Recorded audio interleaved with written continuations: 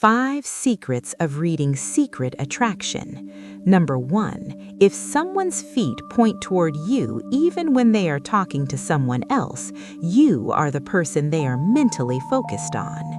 Number 2, frequent accidental touches on the arm or shoulder are never accidental. They are testing your boundaries for intimacy.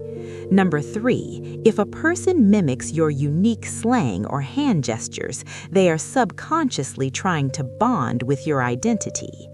Number 4, look at their pupils. They dilate when looking at something or someone they desire. The eyes never lie. Number 5, if someone remembers a tiny detail you mentioned weeks ago, they aren't just polite, they are invested in you. Want to know their heart?